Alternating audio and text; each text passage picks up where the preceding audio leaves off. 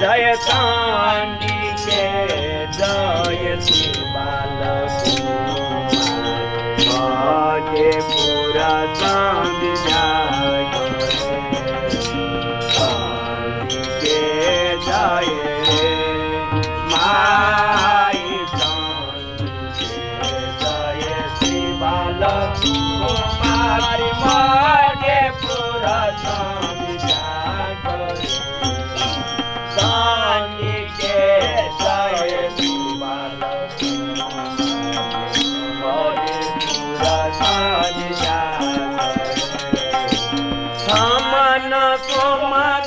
काली कुमारी समन को मधुत काली कुमारी मालती मूल की सोया मालती मूल की सोया बोल असुर गान रवान सुर कोल असुर गान रवान सुर गाया सुर ताल ज्ञान गाया सुर ताल ज्ञान कांडी के जय श्री बालकुमारी मधे पूरा संविदा कांडी के जय श्री बालकुमारी मधे पूरा संविदा कांडी के जय रे माई कांडी के जय श्री बालकुमारी मधे पूरा संविदा कांडी के जय श्री बालकुमारी मधे पूरा संविदा कठिन बालक कठिन सुंदरी कठिन बालक कठिन सुंदरी कठिन सिद्धियात गोपी कठिन सिद्धियात गोपी कठिन मोहिनी कठिन गोपिनी कठिन मोहिनी कठिन गोपिनी कठिन शांति तुलारी कठिन शांति तुलारी कांडी के जय श्री बालकुमारी मधे पूरा संविदा कांडी के जय श्री बालकुमारी मधे पूरा संविदा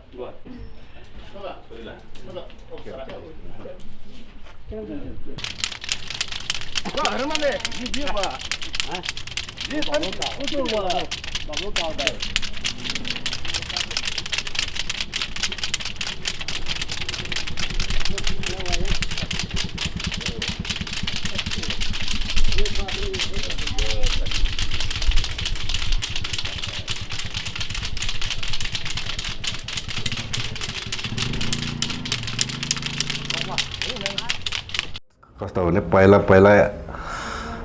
अब त्यो बेला त त्यति मान्छेको चाप पनि छैन।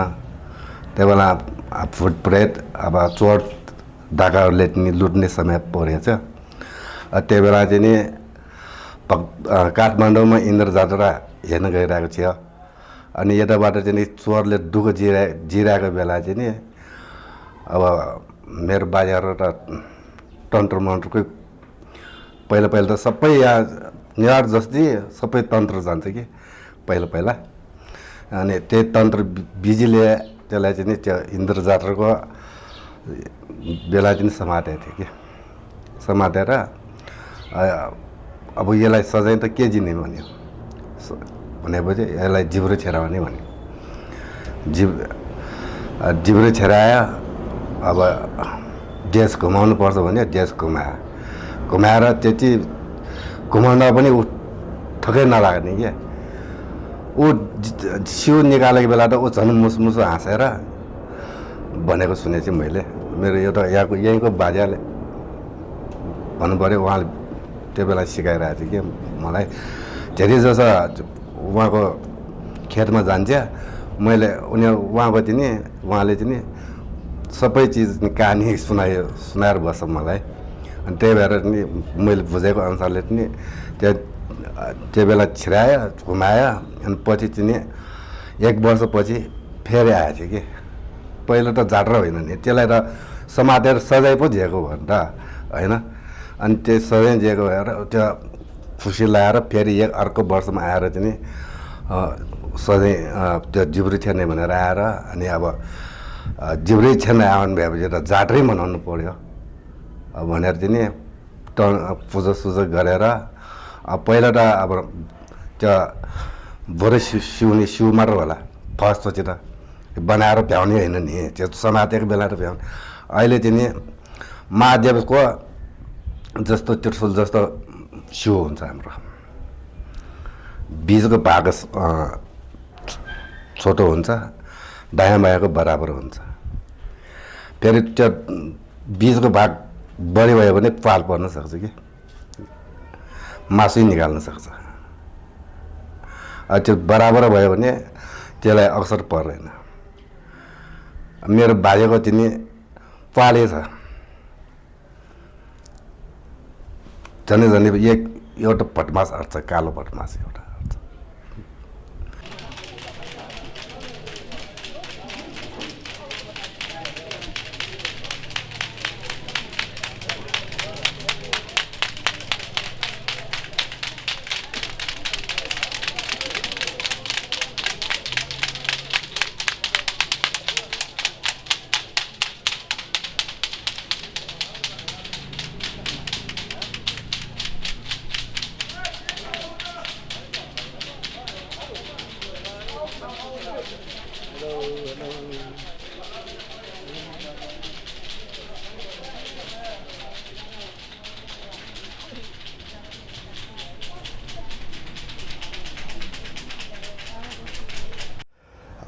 अब यो जिब्रो छेर्ने सम्बन्धमा के छ भन्दाखेरि जुन हाम्रो ठिमीमा 2063 सालमा हाम्रा श्रद्धेय गुरु कृष्ण नान्चा श्रेष्ठले जिब्रो छेरिसकेपछि तपाईँको चाहिँ बिचमा तपाईँको चाहिँ धेरै वर्ष हाम्रो चाहिँ यो जात्रा सम्पन्न हुन सकेन। अब यही क्रममा चाहिँ मैले 2074 सालमा हाम्रा श्रद्धेय गुरुदेखि लिएर हाम्रा टोलका हाम्रा श्रद्धेय दाजु दिदीहरूसँग सबैसँग हामीले सल्लाह गरी चाहिँ हामीले एउटा चाहिँ व्यवस्थापन समिति खडा गरेर हामीले 2074 सालमा मैले जिब्रो छेरी यो जात्रालाई सम्पन्न गरेँ। यही क्रममा मैले तपाईँको चाहिँ 2074 साल, त्यसपछि 2079 साल, त्यसपछि 2081 साल र अहिले म तीन पटक मैले छेरिसकेको छु। अहिले आएर 2082 सालमा मैले चौथो पटक जिब्रो छेर्न गइरहेको छु। अब यही क्रममा हामीले चाहिँ के छ भन्दाखेरि यसमा हाम्रो यो जिब्रो छेर्ने जात्रामा चाहिँ तपाईँको चाहिँ धेरै कुराहरू हामीले चाहिँ यसमा चाहिँ हामीले चाहिँ मिलाउनु पर्ने, धेरै कुराहरू पूजा विधि विधानदेखि लिएर सबै कुराहरू गर्नुपर्ने। अनि मेरो अनुभवमा तपाईँको के छ भन्दाखेरि तपाईँको चाहिँ 2074 सालमा मैले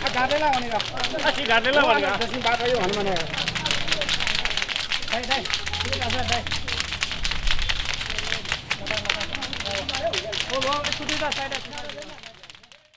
नाम चाहिँ बाबुकाजी श्रेष्ठ हो है, कर्मी श्रेष्ठ भनौँ न, कर्मी श्रेष्ठ हो है।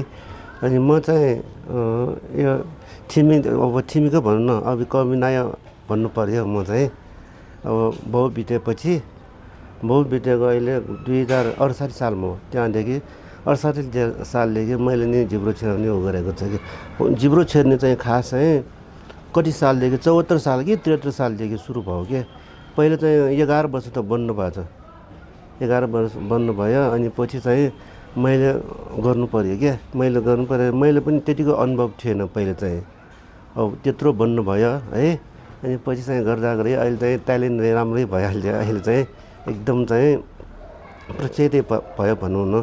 अनि जिब्रो छेर्ने अगाडि चाहिँ 8 दिन अगाडि चाहिँ देउटा ऊ गर्ने भन्छ नि, 8 दिन अगाडि चाहिँ के भन्छ त्यसलाई भन्नु पनि आउँदैन, देउता धुस्लो भन्छ के, देउता धुस्लो भन्छ। देउतालाई आराधना गरेर ऊ गर्ने के। अनि त्यो दिन 8 दिनपछि चाहिँ फेरि चाहिँ अनि फेरि चाहिँ कति दिन, एक दिन अगाडि फेरि त्यहाँ हनुमान ढोकाबाट त्यहाँबाट ऊ ल्याउँछ के, तरवारहरू के राजाको चिनो भन्छ त्यो ल्याउँछ।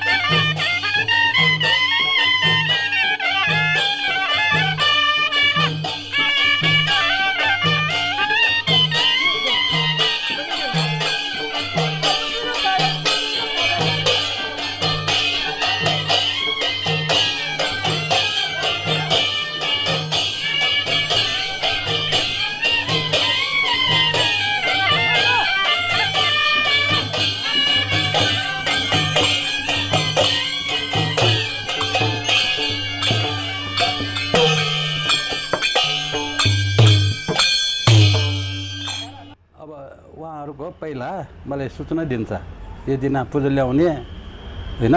पूजा ल्याएपछि अनि त्यहाँबाट पूजा मैले थापेर सबै लिन्छु अनि लिएर अनि 1 घण्टा पछि त्यहाँ पूजा गर्न जाने आफ्नो विश्वकर्मा हैन। विश्वकर्मा पूजा गर्ने 1 घण्टा 1.5 घण्टा लाग्छ। अनि उनीहरूले के ल्याउनु पर्छ सालाम सबै ल्याउनु पर्छ हैन। ओ के अरे त्यो के भन्छ बाँबी र छुरा है बलि दिनको त्यो पनि लिएर आउँछ। पहिले त अझ भेडा लिएर आउनु पर्ने, त्यो पहिलेको कुरा छोडिदियो अब हैन। अब त्यो ल्याउनु पर्ने सबैलाई पूजा सुरु मैले थापेर एकतिर राख्छु अनि उहाँहरूलाई चम्ना गरेर अनि पछि हामीले त्यहाँ पूजाको सुरु गर्ने। अनि सियोलाई त्यो उसमा के छुरा है लप्टे जना लप्टे भन्छ नेवारीले त्यो राखेर सियो पनि राख्ने। अनि पहिला त्यो सियो पूजा गर्ने, भीमसेन पूजा गर्ने। त्यहाँबाट पूजा सुरु सिजेपछि अब त्यहाँ बसेर समय भई खानुपर्छ हैन। त्यति हो। अनि दिनभरि उहाँहरूले के भोज सिउ पनि हाम्रो नेवारी भाइले सिउ बनाउनु पर्छ है। त्यो भोज छोरीबेटी आएको बेला भोज खुवाएर उनलाई शिवको प्रसाद दिएर अनि पछि हामी भोज खाने अनि शिव काफे भन्छ त्यसलाई नेवारी भाषा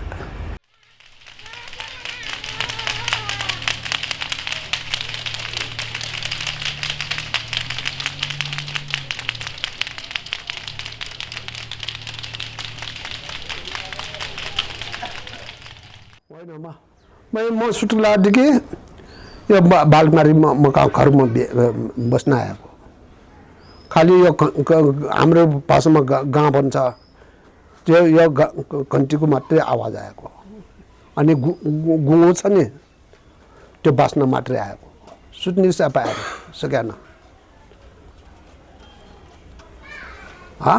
कानमा त त्यो घन्टीको मात्रै आवाज आएको छ्यासी ज्यास्ने आएको यो बालकुमारी बिहेको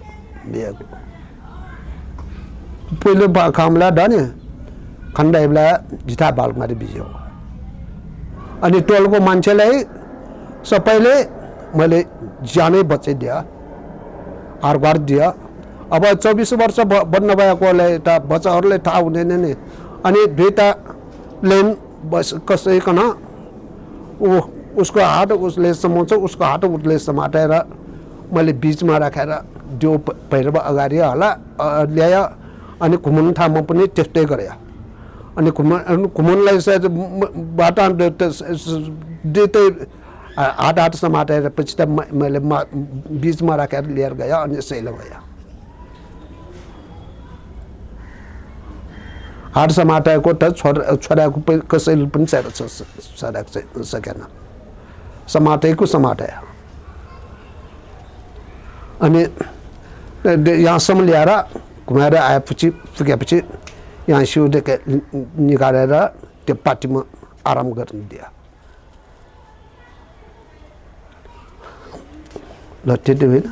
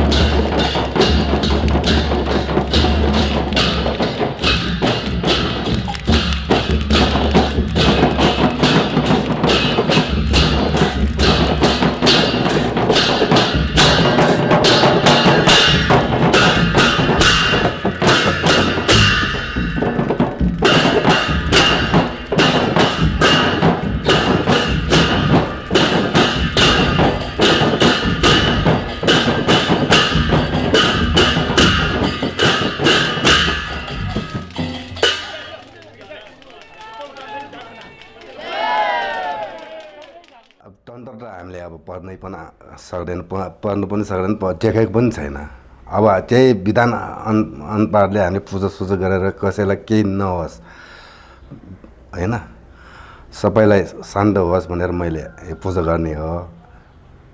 भगवान्लाई नै क्षमा माग्ने हो कि पहिला, सबभन्दा पहिला त्यो भगवान्लाई क्षमा मागिसकेपछि पूजासुजा गरे। अब त्यो हामीले मनी फ्याक भन्छ नि होइन, राम्रो नराम्रो त्यसमै देखाउँछ कि पहिल्यै देखाउँछ सङ्केत होइन। त्यो कालो त्यसमा त्यो सल्चोमा दिने पात्रमा दिने बसेन भने त्यो अलिक नराम्रो किसिमको हुन्छ क्या। जस्तै त्यसमा दिने महादेव आउँछ, बालकुमारी आउँछ, उसको कुन आज त बालकुमारी जस्तो पनि छ होइन, त्यस्तो त्यसमै भर पर्छ कि शक्ति भनेको त्यसमै आउँछ। अहिले त्यो मैले कालो टिका लगाइदिएछ नि त्यही हो कि, त्यो राम्रो भयो भने सफलताको पूर्वक साथ हुन्छ भन्ने आशा छ मेरोमा, त्यही हो।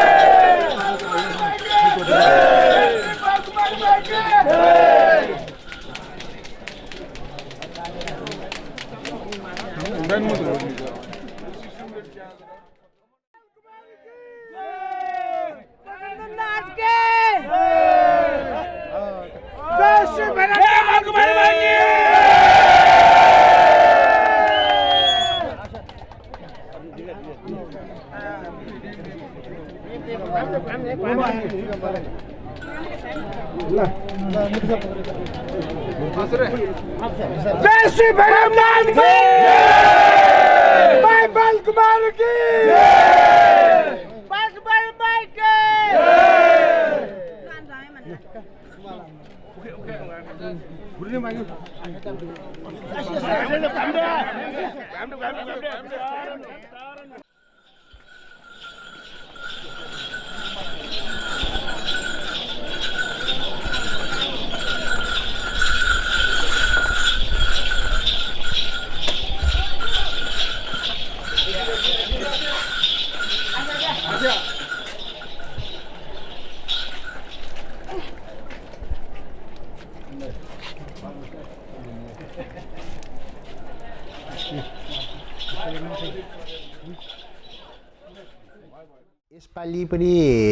यसपालि चौथो पटकको क्रममा मैले चाहिँ हाम्रा श्रद्धेय दाजुहरूसँग सल्लाह चाहिँ के गरेको छु भन्दाखेरि तपाईँको चाहिँ यसपालि पनि कोही पनि आइदिएन अगाडि कोही पनि सर दिएन अनि मैले चाहिँ श्रद्धेय दाजु ल दाजु यसपालि म आफै गर्छु भनेर मैले अगाडि सरेँ अब यही क्रममा अब भरे भोलि हाम्रो संस्कृतिलाई बचाउन संस्कृतिलाई कोही पनि अगाडि नसकेर म आफै अगाडि नै सर्ने हो तपाईँको हाम्रो पोहोर साल छैन भने हाम्रो बालग्राम श्रेष्ठ दाइले पनि ल अर्को वर्ष म पनि हेर्छु भन्ने कुरा गर्नु भएको छ अनि त्यसपछि एकजना नयाँ युवा पनि आउनु भएको छ दाइ म अर्को वर्षमा आफै गर्छु भने अब यही क्रममा चाहिँ कोही पनि आइदिएन भने आफै संस्कृति संरक्षणलाई आफै अगाडि सर्छु म।